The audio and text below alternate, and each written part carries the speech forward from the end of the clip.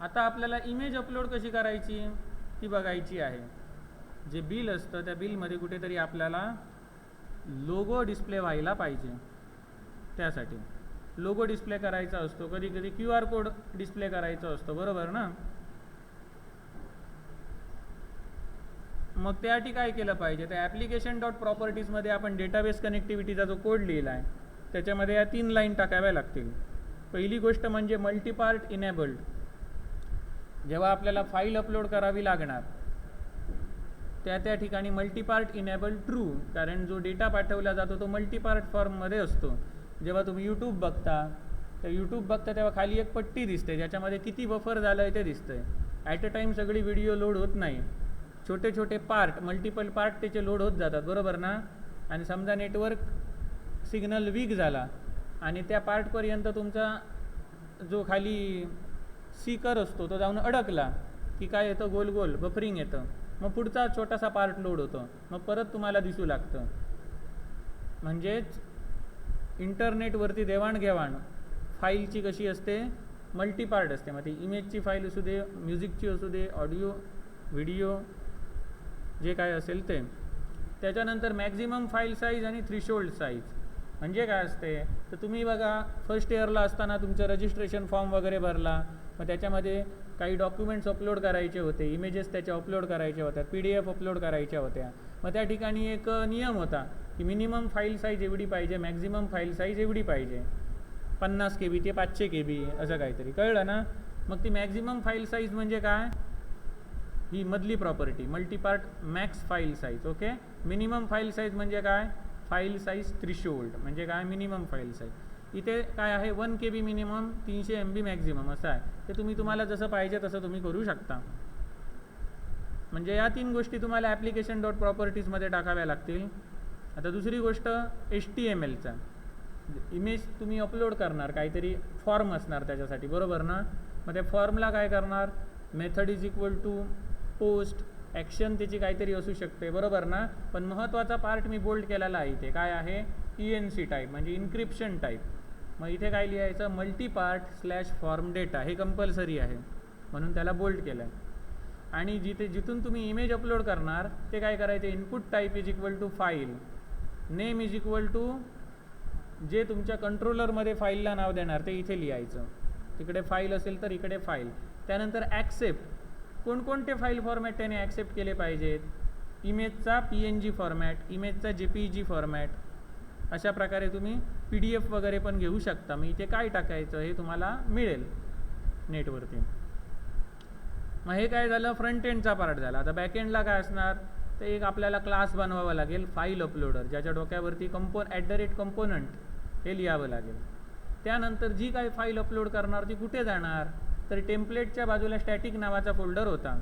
या टेम्पलेटच्या बाजूला हा स्टॅटिक नावाचा फोल्डर होता. या स्टॅटिक नावाच्या फोल्डरमध्ये एक असेट्स नावाचा फोल्डर असणार आणि असेट्समध्ये IMG नावाचा फोल्डर असणार. आणि त्या IMGमध्ये ती फाईल अपलोड केलेली सेव्ह व्हायला पाहिजे.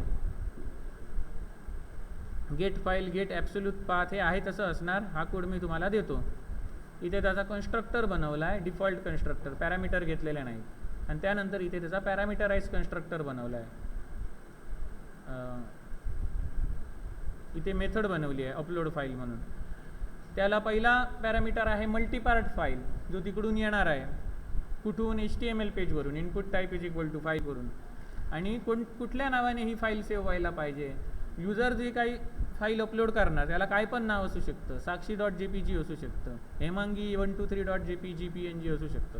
मग इथे आपल्याला काहीतरी एक स्पेसिफिक नाव दिलं पाहिजे, ते म्हणजे logo.png. तिकडे काय ते नाव देऊ देत त्याने, इथे काय असलं पाहिजे, logo.png फॉर एक्झाम्पल दिलं. मग ते नवीन फाईलचं नाव इथे द्यायचं. मग सुरुवातीला रिझल्ट व्हेरिएबलला व्हॅल्यू फॉल्स असणार. त्यानंतर हा कॉपी करणार, तुम्ही जी काही फाईल तिकडून अपलोड केला आहे, गेट इनपुट स्ट्रीम वगैरे आहे, ही कुठे कॉपी करणार, तो ही जी काही डिरेक्टरी आपण दिलेली, directory static asset IMG directory आहे ना ही, या फोल्डरमध्ये तो कॉपी करणार. ओके. आणि जर ऑलरेडी एक्झिस्ट असेल तर त्या ठिकाणी तो रिप्लेस करणार, असा याचा अर्थ, कळलं. आणि ही जर लाईन व्यवस्थित एक्झिक्यूट झाली तर खाली रिझल्टची व्हॅल्यू जी मगाशी फॉल्स होती ती ट्रू करणार. ओके. आणि रिझल्टची व्हॅल्यू रिटर्न करणार. ट्राय कॅच ब्लॉक तुम्हाला माहिती आहे. जर काही एरर आला तर रिझल्ट फॉल्स आणि रिझल्टची जी काही व्हॅल्यू आहे ती रिटर्न करणार. हॅलो, लेक्चरमध्ये आहे, नंतर करतो पण.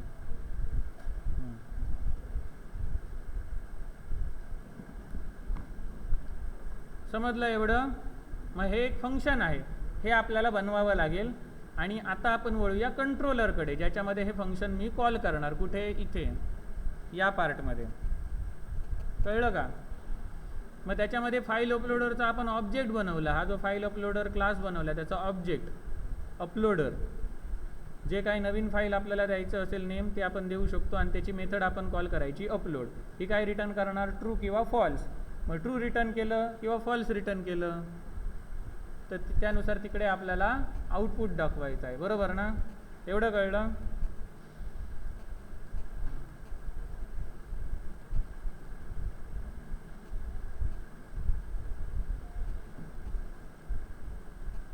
मग इथे इथपर्यंत फाईल अपलोडिंगचं सगळं तुम्हाला लॉजिक एक्सप्लेन केलं. आता हे आपण ॲक्च्युली करून बघूया. मग सगळ्यात पहिली स्टेप काय सांगितली होती?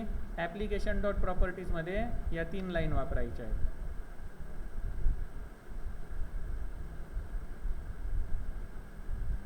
सगळ्या फाईल क्लोज करतो.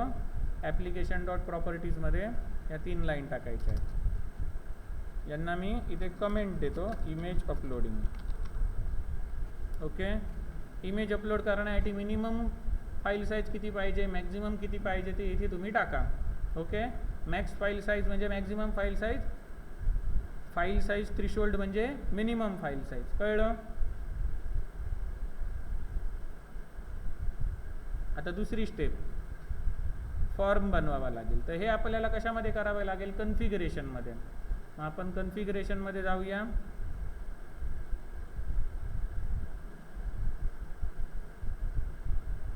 config.html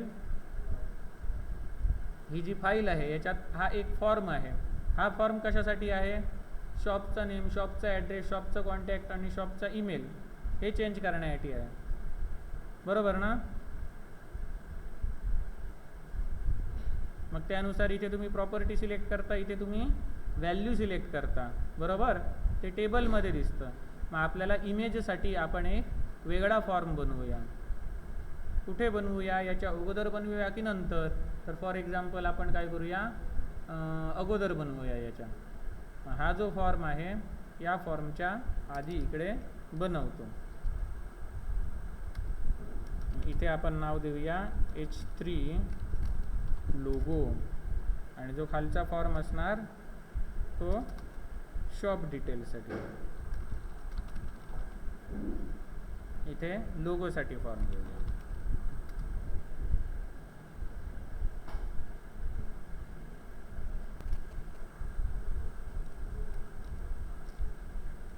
त्याच्यामध्ये आपण काय वापरणार? Input type is equal to file, त्यानंतर ॲक्सेप्ट स्टार/स्टार म्हणजे काय? सगळ्या फाईलचे सगळे फॉर्मॅट ॲक्सेप्ट कर. मला काय करायचं आहे? समजा PDF वगैरे पाहिजे अपलोड करायची असेल तर ॲप्लिकेशन/PDF हे तुम्हाला IDEमध्ये येतं. मला काय करायचं आहे? इमेजचे फॉर्मॅट पाहिजेत. मग याच्यातलं कुठला पाहिजे? तर समजा PNG पाहिजे, फक्त PNG पाहिजे तर असं करू शकतो. परत JPEG पाहिजे तर तिकडे आपण बघितलं कसं आपण देऊ शकतो मल्टिपल फाईल फॉर्मॅट्स कॉमा टाकून. कळलं का? समजलं? JPEG पण पाहिजे तर काय? image/JPEG. कळलं का?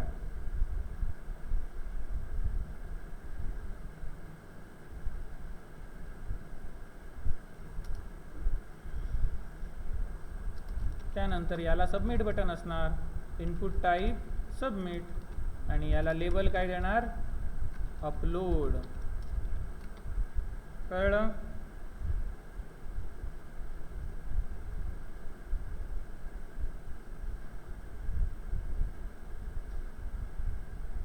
एवढं समजलं का?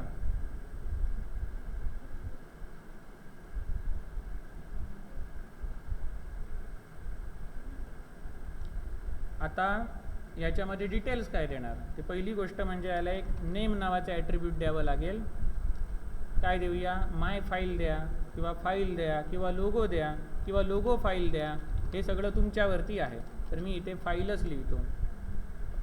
त्यानंतर इथे फॉर्ममध्ये काय, method is equal to post घेऊया, तसं आपल्याला कंट्रोलर बनवावा लागेल.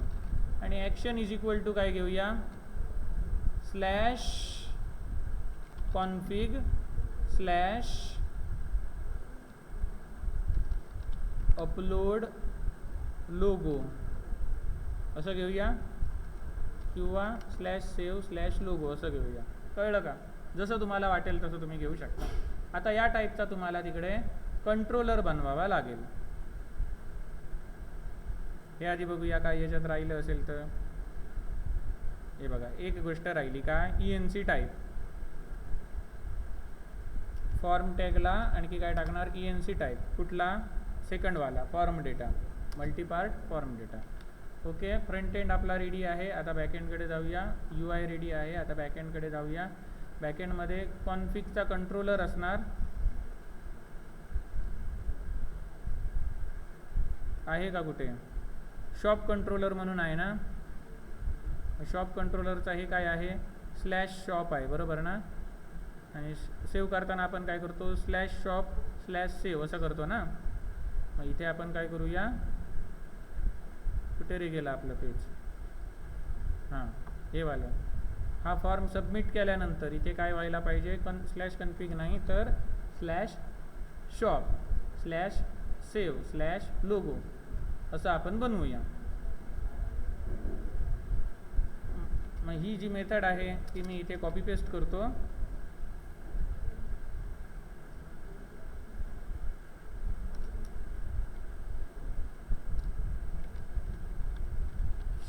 इथे काय येणार, चेंज काय होणार, स्लॅश लोगो हे ॲड होणार. हे रिटर्न काय करणार, स्ट्रिंग रिटर्न करणार.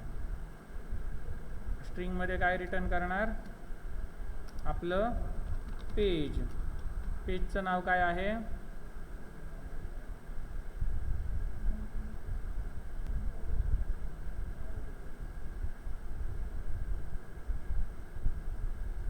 कॉन्फिग आहे ना, पेजचं नाव config.html हे रिटर्न करणार.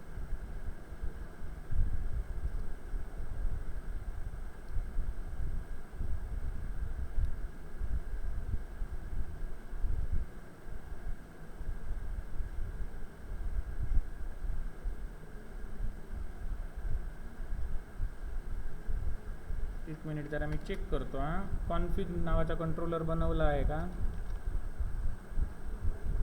आहे ऑलरेडी. कॉन्फिग कंट्रोलर आपण बनवलेला आहे, कळलं ना. शॉपमध्ये हे काय करायची गरज नाही, अंडू करतो सगळं. तुम्हाला दिसला तर सांगायचा ना मला. कॉन्फिग कंट्रोलर, मग कॉन्फिग डॉट सेव्ह आहे ना, असंच मी काय करणार,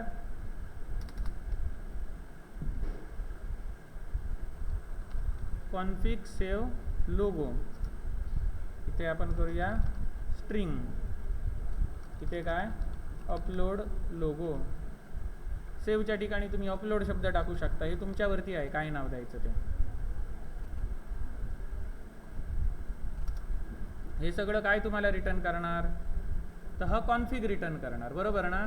म्हणजे हे सगळं सक्सेसफुली झाल्यानंतर काय करायचं आहे, स्लॅश कॉन्फिग स्लॅश या ठिकाणी रिडायरेक्ट करायचं आहे. मग इथे मी काय करू शकतो,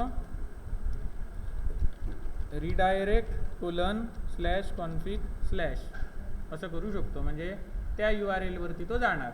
म्हणजे त्या URL वरती गेल्यानंतर हा कॉल होणार आणि या दोन गोष्टी होणार. म्हणजे ह्या दोन लाईन मला परत तिकडे टाकायची गरज नाही.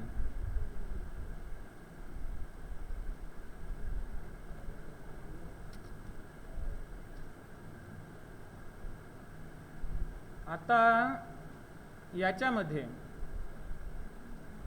मला काय चेंजेस करावे लागतील ते बघूया. सगळ्यात पहिली गोष्ट म्हणजे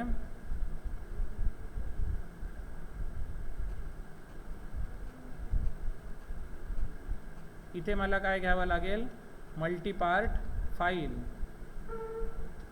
ओके, हे इम्पोर्ट करतो. आता इथे जे काही तुम्ही नाव देणार तेच नाव तुमच्या फ्रंट एंडला असलं पाहिजे. कुठे, इथे input type is equal to file आहे ना, तुम्ही फाईल ब्राउज करणार. इथे नेम इज इक्वल टू काय, इथे जर XYZ असेल तर इथे पण XYZ घेतलं पाहिजे. कळलं? आणि हा जो काही तुमचा URL आहे तो कुठे असला पाहिजे, इथे ॲक्शनला असला पाहिजे. एवढं कळलं? हे पोस्ट मॅपिंग आहे म्हणून इथे पण पोस्ट मॅपिंग असलं पाहिजे. मग आता इथून आपण जी फाईल टाकणार ती इथे येणार. आता ती फाईल अपलोड व्हायला पाहिजे. मग अपलोड व्हायला पाहिजे तर आपल्याला काय लागणार, हे अपलोडचा जो हा जो क्लास आहे फाईल अपलोडर म्हणून, हा आपल्याला क्रिएट करावा लागणार. मग तो आपण क्रिएट करूया. इथून मी कोड हा कॉपी केला आणि कुठे क्रिएट करतो तर कंट्रोलरमध्ये नको, आपण एक वेगळं पॅकेज बनवूया माय युटिल्स नावाचं, म्हणजे माय युटिलिटी. आणि या माय युटिलिटीमध्ये असे जे काही एक्स्ट्रा क्लासेस मला लागणार ते सगळे मी ठेवणार, जे मला मदत करणार कुठे ना कुठे. मग इथे याला नाव काय द्यायचं, तो फाईल अपलोडर ना, फाईल अपलोडर डॉट जावा. आणि इथे मी हा कोड कॉपी पेस्ट करतो. केला. वरचं त्याचं पॅकेजचं नाव आहे तसं ठेवलं आणि त्याच्या खाली कोड कॉपी पेस्ट केला. मग इथे सगळा कोड हा आहे तसा आहे. एवढं कळलं? आता या कोडमधली ही अपलोड फाईल मेथड मला तिकडे कॉल करायची आहे कंट्रोलरमध्ये. मग त्याच्यासाठी या क्लासचं मला वरते ऑब्जेक्ट बनवावं लागेल. मग इकडे मी वरती ऑब्जेक्ट बनवतो, फाईल अपलोडर अपलोडर.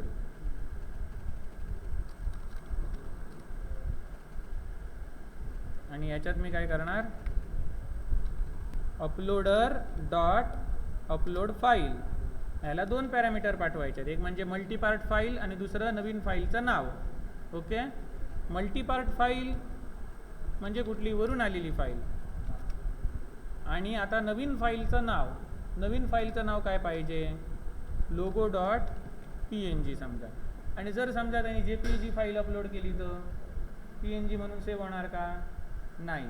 मग आपण काय घेऊ शकतो, शेवटचे 3 अक्षर म्हणजे एक्सटेन्शन कन्सिडर करू शकतो का, PNGला चालेल, JPGला चालेल, पण JPEG याला चालणार नाही, बरोबर ना. मग आपण सेपरेट एक्सटेन्शन याचं कसं काय घेऊ शकतो,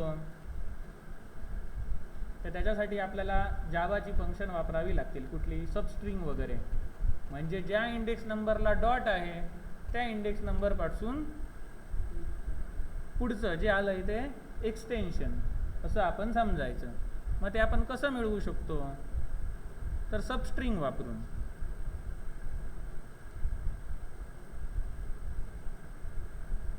मग त्याचं एक सॅम्पल दाखवण्यासाठी मी माय युटिल्स नावाचं हे जे काही हे बनवलं आहे त्याच्यात एक क्लास बनवतो, मग तो डिलीट करतो. तुम्हाला सॅम्पल दाखवायच्या पुरतो करतो. टेस्ट नावाचा क्लास बनवला, त्याच्यात मेन मेथड घेतो. ओके. आणि तुमच्या फाईलचं नाव समजा असं आहे,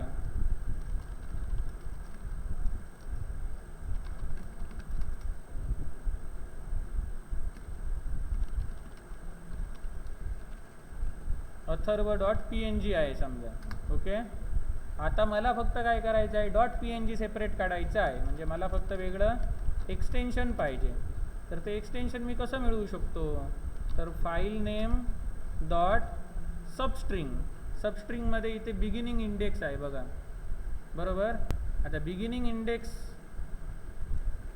कुठून मला स्ट्रिंग काढायची आहे, 0 इंडेक्स नंबरपासून की 1 इंडेक्स नंबरपासून 2 इंडेक्स नंबरपासून सांगता येत नाही, कारण इथे डॉटच्या आधी जेवढं नाव मोठं असेल त्यानुसार इंडेक्स नंबर बदलणार. मग आपण काय करू शकतो, ह्याच्यामध्ये डॉट कुठे आहे त्याची इंडेक्स शोधून काढू शकतो पहिली, बरोबर ना. डॉटची इंडेक्स शोधून काढू शकतो. लास्ट इंडेक्स डॉटची कुठे आले, कारण फाईलमध्ये अजून कुठे डॉट असला तर परत गोंधळ होणार ना. शेवटचा डॉट कुठे आला आहे ते फाइंड आउट करू शकतो. कसं फाइंड आउट करू शकतो, तर file name dot last index of. कळलं, कॅरेक्टर कुठला, डॉट. कळलं का, file name dot last index of, character कुठला, डॉट. मग डॉटची इंडेक्स नंबर काय आहे ती इथे पास केली जाणार. मग इथे काय आहे डॉटचा इंडेक्स नंबर 1 2 0 1 2 3 4 5 आणि 6, बरोबर ना. मग इथे काय होणार, 6व्या कॅरेक्टरपासून पुढचा भाग एक्सटेन्शनमध्ये स्टोअर होणार. आणि काय नक्की स्टोअर होतो ते आपण इथे प्रिंट करून बघूया. प्रिंट एक्सटेन्शन हा प्रोग्राम मी रन करून बघतो.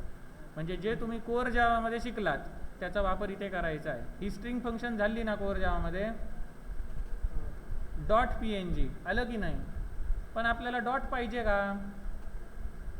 पाहिजे असेल तर ठेवू शकतो, नको पाहिजे असेल तर घालवू शकतो याला +1 करून. उगाच कॉम्प्लिकेटेड नको करूया, ठेवूया आपण, कारण फाईल नेम सेव्ह करताना पण आपल्याला डॉट लागणार. मग आता मी कितीही लेंदी इथे नाव दिलं, समजा तन्मय तानाजी शेडगे एवढं मोठं नाव दिलं, तरी आता तो काय करणार, जेवढं एक्सटेन्शन आहे तेवढंच तो काढणार. का? कारण तो डॉटची शेवटची इंडेक्स कुठे आहे ती बघणार. समजलं? मधीच जर तुम्ही कुठे डॉट दिला आणि प्रोग्राम रन केला तरी तो काय, इथे लास्ट इंडेक्स म्हटलं आहे ना, म्हणून तो डॉट शेवटी कुठे आला आहे तो बघणार आणि त्याचा इंडेक्स नंबर देणार. मग जर तुम्ही इथे JPEG जरी दिलात 4 अक्षराचं एक्सटेन्शन, तरी तो काय करणार, बरोबर तेवढंच तिथूनच कट करणार.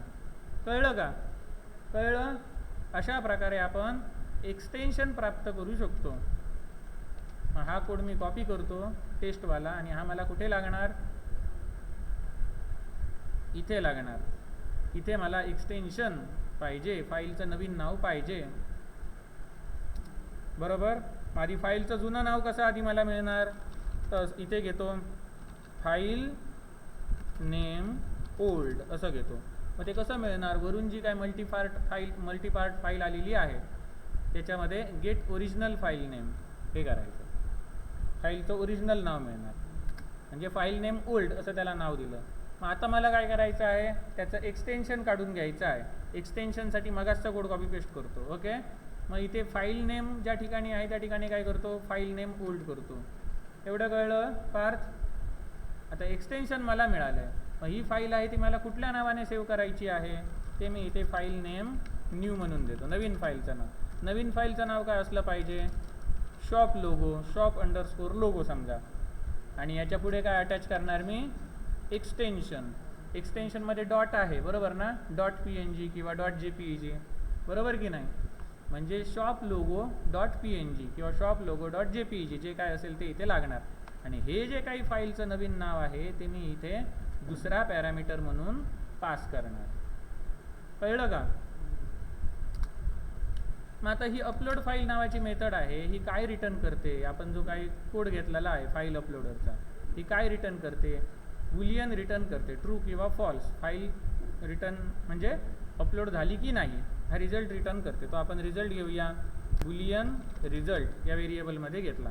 ओके, आणि जर if result is equal to काय असेल, ट्रू असेल, म्हणजे हे थोडक्यात आपण असं लिहितो,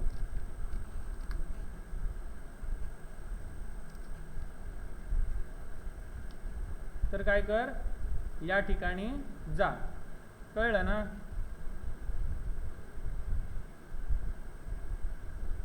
अदरवाईज काय कर, अदरवाईज एरर दाखव, हे पण तुम्ही करू शकता.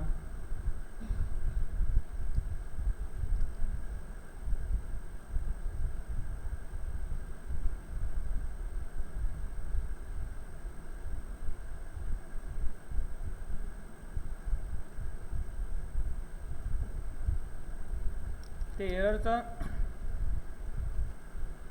एरर हँडलिंग वगैरे सगळं तुम्हाला कसं करायचं ते दाखवलं. आता मी इथे महत्त्वाचा पार्ट काय दाखवतो, फाईल अपलोडिंगचं. आता रन करूया आणि चेक करूया. काही आपण सॅम्पल लोगो घेऊया.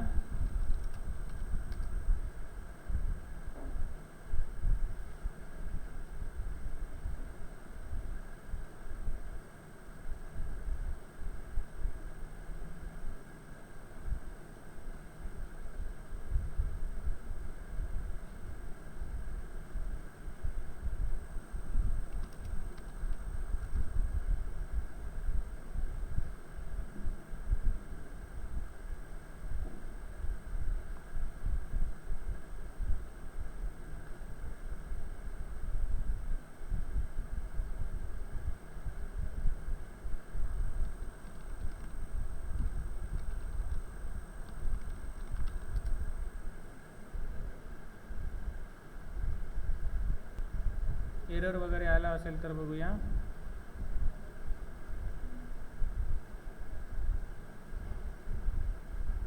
आणि जी मगाशी तुम्हाला सॅम्पल दाखवण्यासाठी टेस्ट फाईल बनवलेली ही वाली ती डिलीट करून टाकतो.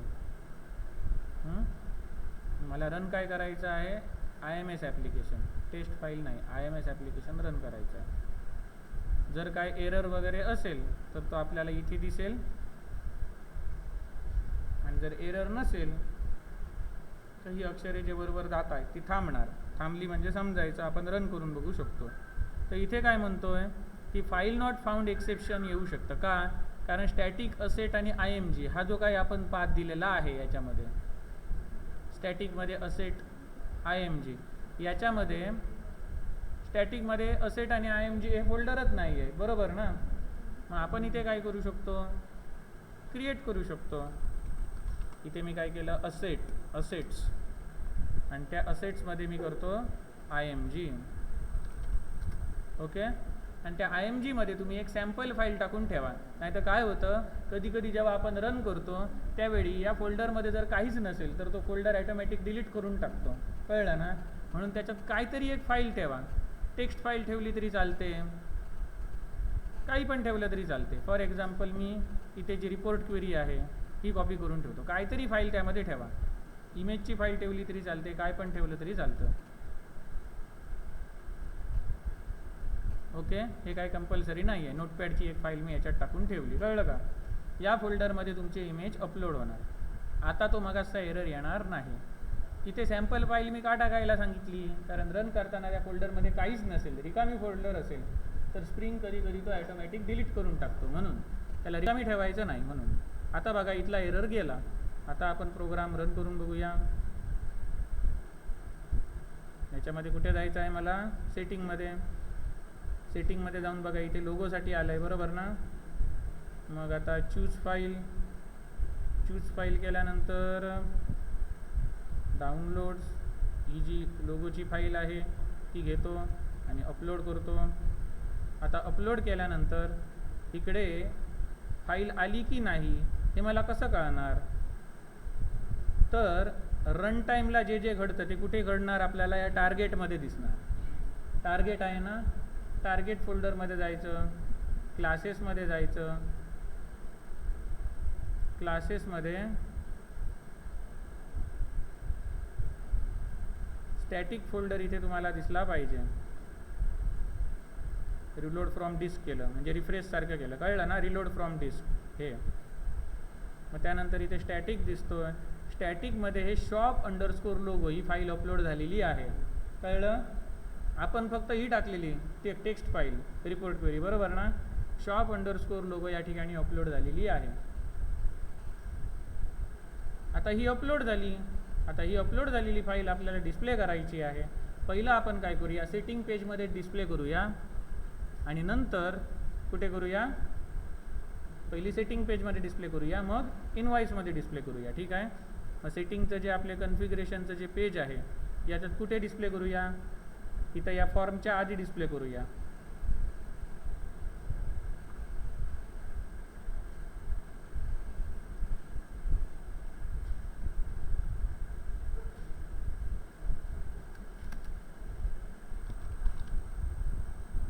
एक तुम्हाला शॉर्टकट सांगतो की इथे समजा भरपूर फाईल्स असतील, मग तुम्हाला नेमकी फाईल ओपन करायचं आहे पण त्याचं तुम्हाला नाव माहिती आहे पण याच्यात शोधायला कंटाळा येतो, तर 2 वेळा शिफ्ट मारायचं आणि त्या फाईलचं नाव टाकायचं config.html. तो बघा तो सजेशन देणार आणि एंटर मारायचं सिलेक्ट करून, मग ती ओपन होते. मग आता हा जो लोगो आहे याच्या खाली मला तो लोगो डिस्प्ले करायचा आहे. मग कसा करू शकतो, इमेज डिस्प्ले करण्यासाठी कुठला टॅग वापरतो, IMG. तो क्लोज करायची गरज नाही कारण तो अनपेअर्ड टॅग आहे.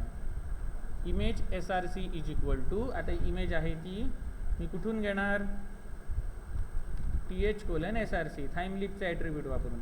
एखादा पाथ देतो तेव्हा आपल्याला असं इथे @ वापरावं लागतं. कळलं का.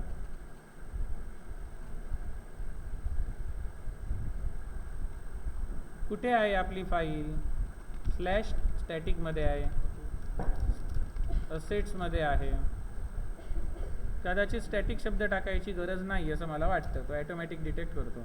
असेट्समध्ये IMG नावाचा फोल्डर आहे आणि त्या IMG फोल्डरमध्ये काय फाईल काय आहे, शॉप लोगो ना, shop_logo.png ही फाईल आहे. ओके, लोगोची फाईल ही अशी आपण डायरेक्टली दाखवू शकतो विदाऊट टाईम लिप. आधी सोप्यात सोपं असं दिसतंय काय बघूया. विदाऊट टाईम लिप नाही दिसलं तर आपण टाईम लिप वापरून करूया. त्याला आपण हाईट विड्थ देऊया, नाही तर केवढी तरी मोठी दिसणार, बरोबर ना. हाईट देऊया 100 आणि विड्थ देऊया 100 पिक्सेल आहे ते युनिट हाईट आणि विड्थचं.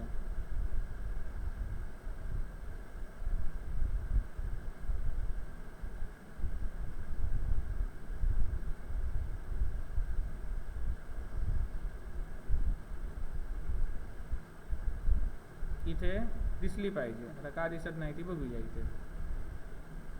इथे पाथ काय आला आहे, /assets/img shop_logo.png आहे की JPG आहे ते .jpg आहे, बरोबर ना.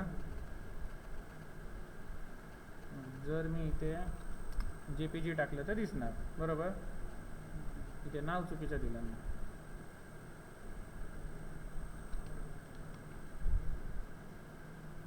आता मग अशीच मला कुठे डिस्प्ले करायची आहे, त्या बिलवरती. म्हणजेच काय, इनवॉइस प्रिंट म्हणून आहे ना, याच्यात मला कुठेतरी तो लोगो डिस्प्ले करायचा आहे.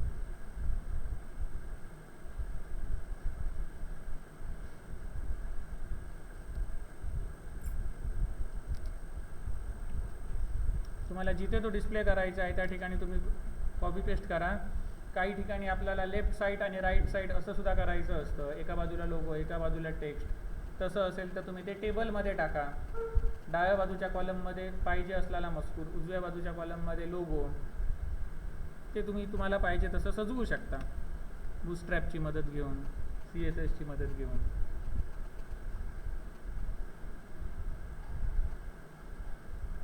आता हे जे मगाचं इनवॉइसचं जे पेज आहे ते मी रिफ्रेश करतो. मग इथे लोगो आला, कळलं ना. तुम्हाला कुठे टाकवायचा आहे तुमच्यावरती आहे, ते तुम्ही करू शकता ना, हवा तिकडे टाकू शकता ना. इनवॉइसमध्ये लोगो कुठून आणायचा हे मी तुम्हाला दाखवलं. तिकडून जो काही तुम्ही सेट करणार तो इथे दिसणार. समजा तुम्ही कन्फिगरेशनमध्ये गेला आणि इथे दुसरी फाईल चूज केली, शेप्स म्हणून, आणि इथे अपलोड केलं आणि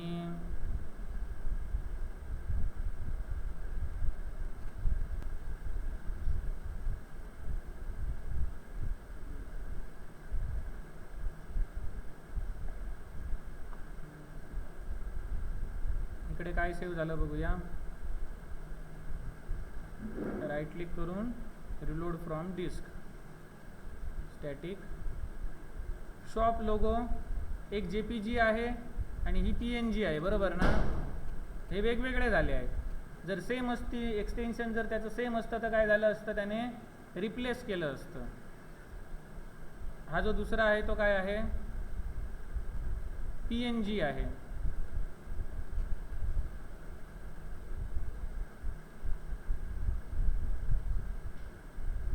हा काय आहे, PNG आहे.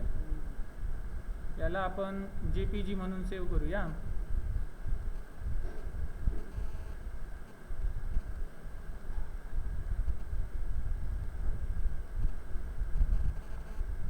आपल्या ह्याच्यात जाऊया, सॉफ्टवेअरमध्ये सेटिंग्समध्ये आहोत, चूज फाईल आणि JPG वाली घेतो आणि अपलोड करतो. झाली अपलोड. आता आपण काय करूया, इकडे जाऊन बघूया, आली ना. म्हणजे आता समजा तुम्ही इथे ह्याच्यात गेला, कुठे, इनवॉइस, कोणाचं बिल प्रिंट करायचं आहे, समजा अथर्वचं, हे ते ठिकाणी डिटेल आले, कळलं ना. त्या ठिकाणी ती इमेज फेच होणार. समजलं. मग अशा प्रकारे एक आपण बेसिक लेवलचा संपूर्ण प्रोजेक्ट कंप्लीट केलेला आहे. ह्याच्यातल्या ज्या ॲडव्हान्स गोष्टी होऊ शकतात त्या पुढच्या राऊंडला, पण एवढा तर प्रत्येकाला बनवता आला पाहिजे. म्हणजे हे घराचं काम झालं, मग ह्याच्यात रंगकाम, सुशोभीकरण ही पुढची गोष्ट, पण एवढं तर आधी मजबूत झालं पाहिजे विदाऊट एरर. कळलं? Without error. मग हे जे आपण बघितलं ह्याच्यामध्ये आपण फंक्शनॅलिटीवरती फोकस केला, UI डिझाईनवरती. म्हणजे किती सुंदर पेज, आकर्षक असलं पाहिजे, अट्रॅक्टिव्ह असलं पाहिजे, ॲनिमेटेड इफेक्ट असले पाहिजेत, जे क्वेरीमधून तुम्हाला शिकवले होते, बरोबर ना? तसलं ॲनिमेशन वगैरे काय मी त्याच्यावरती फोकस केला नाही. मेन फंक्शनॅलिटीवरती, जे कस्टमरला काय पाहिजे त्या फंक्शनॅलिटीनुसार आपण हे सगळं बनवलं. मग आता याचं जे पुढचं राऊंड आहे, ॲडव्हान्स राऊंड, त्यामध्ये काय काय करणार? तिथे ॲक्शनसाठी इथे आपण लेबल आणि बटन वापरली, त्याऐवजी आयकॉनची बटन टाकू शकतो UI इम्प्रूव्हमेंटवर, बरोबर ना?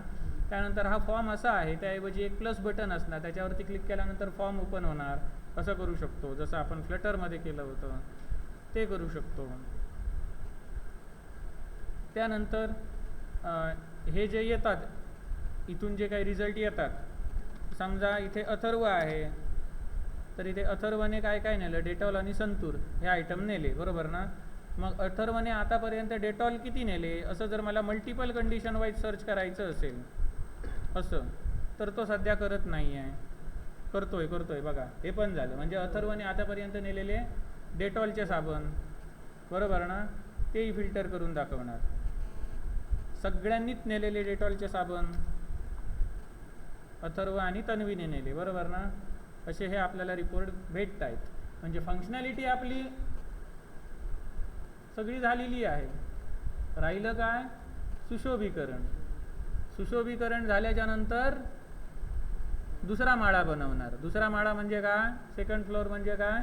त्याच्यात डेटा सायन्स वापरू शकतो, AI वापरू शकतो. ते वापरून आपण काय करू शकतो? हे होम पेज जे इथे रिकामी आहे ना, या ठिकाणी वेगवेगळे चार्ट दाखवू शकतो.